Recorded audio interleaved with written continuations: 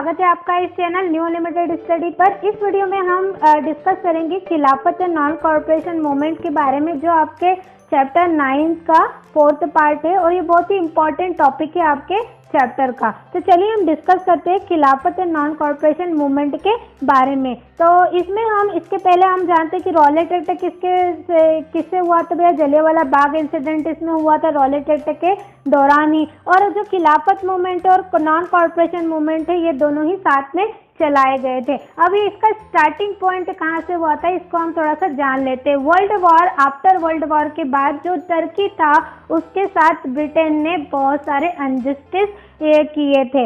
अब वो अनजस्ट क्या किया गया था, उनके साथ जो राइट्स थे उनके छीन लिए गए थे, जितने भी पावर्स थी उनकी सारी ब्रिटेन के द्वारा ले ली गई थी। तो अब अगर हम वर्ल्ड वॉर के बारे में जाने, ब्रिटेन और जर्मनी का वर्ल्ड वॉर हुआ था।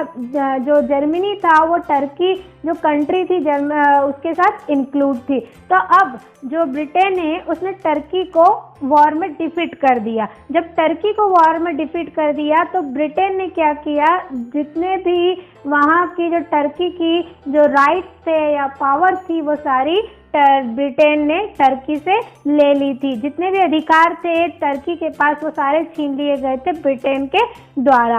अब वहाँ के जो लीडर थे खिलाफत, जिन्हें खलीफा कहा जाता है, ठीक है, तो खलीफा वहाँ के लीडर थे जो मुस्लिमों के प्रवक्ता माने जाते हैं, धार्मिक प्रवक्ता जिन्हें कहा जाता है वो माने जाते थे। तो उनके साथ डिसरिस्पेक्ट हुई ब्रिटिश के लोगों के द्वारा, ब्रिटिशर्स के द्वारा। तो इससे जो टर्की के जो लोग थे या मुस्लिम लोग थे उनको बहुत ही ठेस पहुंची कि हमारे धार्मिक प्रवक्ता को इन्होंने इनके साथ डिसरिस्पेक्ट की है। तो उन्होंने एक मूवमेंट चलाया जिन्हें खिलाफत मूवमेंट के नाम से भी जाना गया। तो जब खिलाफत मूवमेंट चलाया गया टर्की में, तो टर्की में उसका एक प्रभाव पड़ा, उनका एक इन्फ्लुएंस रहा, जिसमें जो जितनी भी कंट्री थी, जितने भी मुस्लिम लोग थे वो इसमें आगे आए, इसमें उन्होंने पार्टिसिपेट किया। तो जैसे ही टर्की के बाद एंडेड हुआ, यह जो मूवमेंट था वो हमारे इंडिया में आया। अब इंडिया में किसने लीड किया था इसे? अली ब्रदर्स ने लीड किया था। मोहम्मद अली एंड शौकत अली इसके लीडर रहे थे। मोहम्मद अली और शौकत अली महात्मा गांधी के पास जाते हैं और महात्मा गांधी से अपनी जो जितनी भी बातचीत है वो डिस्कस करते हैं कि इस तरह से हमारे जो प्रवक्ता हैं उनके साथ डिसरिस्पेक्ट हुई है, तो हम मुस्लिम लोगों को इसमें पार्टिसिपेट करना चाहिए और हमें इनका सपोर्ट भी करना चाहिए। तो इसी तरह से हमारे इंडिया में भी एक मूवमेंट चलाया जाना चाहिए जिसे खिलाफत मूवमेंट के नाम से जाना जाता है। जो खिलाफत मूवमेंट है वो कहाँ से आया? खलीफा से आया। खलीफा के नाम पर ही खिलाफत मूवमेंट रखा गया है, इस बात को ध्यान रखिएगा। चलिए, अब मोहम्मद अली और शौकत अली ने बातचीत कर ली, गांधी जी ने भी सपोर्ट कर दिया। गांधी जी ने भी कहा कि हाँ, आपके साथ जो हुआ है वो गलत हुआ है और आपको इसके लिए मूवमेंट चलाना चाहिए, आपको इसमें पार्टिसिपेट करना चाहिए और इसके अगेंस्ट लड़ाई लड़नी चाहिए। तो इन्होंने इस तरह से कहा। अब गांधी जी ने कांग्रेस को भी इसमें कहा कि इस मूवमेंट में पार्टिसिपेट करे। क्यों कहा गांधी जी ने ऐसा? इसलिए कहा कि गांधी जी का इसमें ऑब्जेक्टिव था कि जो हिंदू और मुस्लिमों के बीच में जो बंगाल पार्टीशन के बाद से जो लड़ाई चली आ रही है या जो पार्टीशन हो चुका था बंगाल का, वह उसमें हिंदू मुस्लिमों की जो यूनिटी थी कहीं ना कहीं बहुत ही कमजोर हो चुकी थी। तो वह इस मूवमेंट के द्वारा क्या हो सके, फिर से एक यूनिटी कायम हो सके हिंदू और मुस्लिमों की। तो गांधी जी ने कहा कि कांग्रेस लीडर भी उसमें सपोर्ट करे और उसमें पूरा पार्टिसिपेशन दे और इसे जो मूवमेंट है उसको पूरे ऑल ओवर इंडिया में स्प्रेड किया जाए। तो कांग्रेस लीडर्स के द्वारा, कांग्रेस के द्वारा यह जो मूवमेंट था वो पूरे इंडिया में स्प्रेड किया गया था। अब ये जो मूवमेंट कहाँ एंडेड हो चुका था? टर्की में यह एंड हो चुका था ये मूवमेंट। और हमारे इंडिया में यह जो मूवमेंट है वो कब आया था? यह जो इंडिया में यह मूवमेंट चलाया गया था टर्की के बाद। तो यह जो मूवमेंट था वो कांग्रेस ने एक न्यू प्रोग्राम लॉन्च किया, तो नॉन कॉर्पोरेशन जो मूवमेंट था वो चलाया गया था 1920 में। कब चलाया गया था नॉन कॉर्पोरेशन मूवमेंट? 1920 में। और इसका जो नॉन कॉरपोरेशन का जो मेन पॉइंट है, या जो कह सकते हैं कि हमें नॉन कॉरपोरेशन क्यों कहा जाता है, जो नॉन कॉरपोरेशन जिसमें किसी भी तरह का ब्रिटिश को सहयोग न दिया जाए या उनके साथ कोऑपरेट न किया जाए, उसे ही नॉन कॉरपोरेशन मूवमेंट कहा जाता है। तो इसके जो लीडर थे वो गांधी जी ही थे, क्योंकि गांधी जी ने ही सपोर्ट किया था इसमें, और सबसे बड़े लीडर इसमें गांधी जी ही थे। तो आगे हम देखते हैं कि क्या होता है। इसमें जो प्रोटेस्ट था वो किस कारण से भी किया गया था गांधी जी के द्वारा, या जो लीडर्स थे हमारे कांग्रेस के उनके द्वारा इनमें सपोर्ट और भी कारण से किया गया था। जो जलियांवाला बाग जो इंसिडेंट हुआ था उसके कारण, और जो रॉलेट एक्ट बनाया गया था ब्रिटिशर्स के, उसके खिलाफ भी यह एक तरीके से मूवमेंट चलाया गया था। तो नॉन कॉरपोरेशन मूवमेंट का ऑब्जेक्टिव था स्वराज। स्वराज ही उनका एक मेन ऑब्जेक्टिव था कि हमें अपने राइट्स पूरी तरह से मिल जाए, और ब्रिटिश जो गवर्नमेंट है वो अपनी जितने भी अधिकार है वो हमें अपने दे दे और यहाँ से वह चले जाए। तो इस तरह से ये जो स्वराज था वह चाहते थे इंडियंस, और महात्मा गांधी जी और जितने भी कांग्रेस लीडर्स थे वो ये चाहते थे। This movement was to be run in many stages. अब यह जो मूवमेंट था नॉन कॉरपोरेशन मूवमेंट, ये मेनी स्टेजेस में चलाया गया। इनिशियल स्टेजेस में कैसे चलाया गया, जो फॉरेन गुड्स थे उनको बॉयकॉट कर दिया गया। जो इंडियंस थे वो अब परचेस नहीं कर रहे थे, जितने भी फॉरेन गुड्स थे उनको बॉयकॉट कर दिया गया, कोई भी परचेस नहीं करता था, और जितना भी सामान था उसे सब जलाया जाता था सड़कों पर ले जाकर। तो इस तरह से एक इनिशियली तौर पर यह चलाया गया। नेक्स्ट जो था वो पॉलिटिकली तौर पर चलाया गया। जितने भी लेजिस्लेटिव थे, काउंसिल मेंबर थे, जो ब्रिटिश गवर्नमेंट के लिए काम करते थे, उन्होंने भी अपने पद से इस्तीफा दे दिया या रेजिग्नेशन लेटर दे दिया कि अब हमें ब्रिटिश गवर्नमेंट के साथ काम नहीं करना और हम किसी भी तरह का कोऑपरेट नहीं करना चाहते ब्रिटिश गवर्नमेंट के साथ। तो इस तरह से जो नॉन कॉरपोरेशन जो मूवमेंट था वह उसका यह इस तरह से काम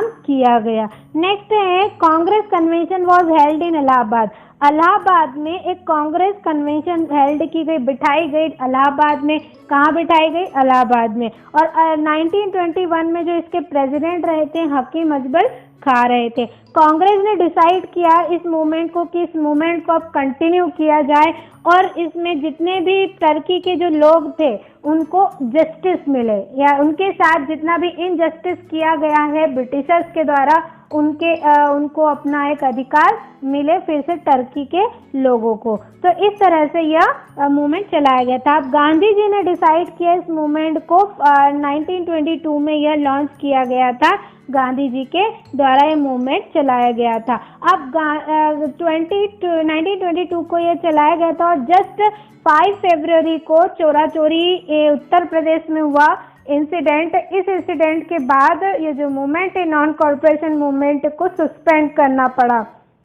चोरा चोरी जो इंसिडेंट हुआ था उसमें जो कुछ अग्रेसिव लीडर थे उन्होंने पुलिस स्टेशनों में को ब्रंट कर दिया था। अब ब्रंट करने की वजह से जो 22 वहाँ के जो पुलिस कर्मी थे वो पूरी तरह से डेड हो चुके थे और कुछ घायल हो चुके थे। तो इससे जो ब्रिटिश गवर्नमेंट है वो पूरी तरह से आक्रोश में आ गई, और जितने भी लीडर्स थे उनको अरेस्ट कर लिया गया और जेल में डाल दिया गया, जिसके कारण गांधी जी को नॉन कॉरपोरेशन मूवमेंट को सस्पेंड करना पड़ा था। नॉन कॉरपोरेशन मूवमेंट से suspension one on the climax, और ये नॉन कॉरपोरेशन जो मूवमेंट है वो पूरी तरह से सप्रेशन में आ चुका था।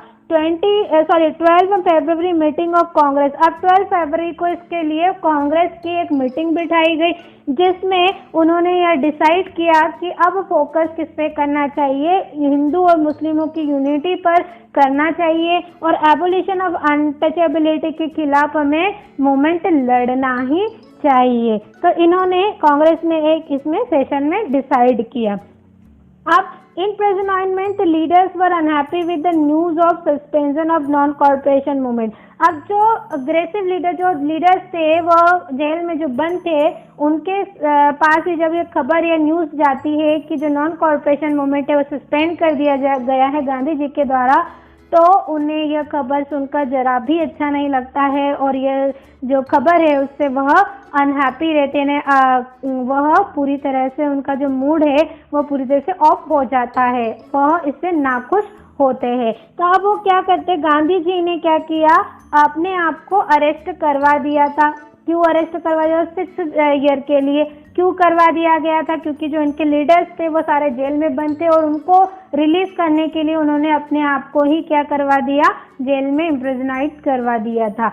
अब लेकिन उसके 2 साल बाद ही उन्हें रिलीज भी कर दिया गया था। तो अब उनके बाद गांधी जी ने क्या किया, गांधी जी ने रिलीज होने के बाद अपना चरखा जो था उसे पॉपुलराइज किया लोगों के बीच में। अब चरखा के बारे में तो हम सभी जानते हैं कि जो चरखा के द्वारा जो कपड़े हैं वो बनाए जाते थे और भी जितनी प्रोसेस है वो स्वदेशी जो मूवमेंट जो चलाया गया था उसमें सबसे ज़्यादा पार्टिसिपेट चरखा के द्वारा ही किया गया था। तो गांधी जी ने चरखा को ज़्यादा ही प्रमोट किया और पॉपुलराइज भी किया। तो Congress made another party under the leadership of Motilal Nehru and Chittaranjan Das. Congress ने एक अनदर पार्टी बनाई और अनदर पार्टी में जो लीडर्स रहे थे वो मोतीलाल नेहरू और चित्तरंजन दास रहे थे। जो मेन लीडर थे उसमें मोतीलाल नेहरू भी थे। It was called the Swaraj party और किस नाम से जाना जाता है, स्वराज पार्टी के नाम से भी जाना जाता है। That is added to contact the election of legislative council which they had been protesting up till now.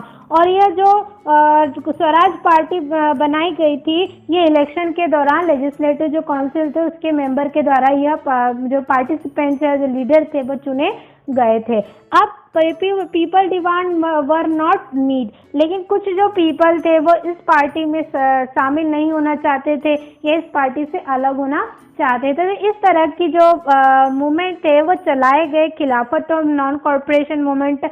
तो इसमें हमने ये सारी चीज़ें जानी। आगे के वीडियो में हम साइमन कमीशन के बारे में जानेंगे।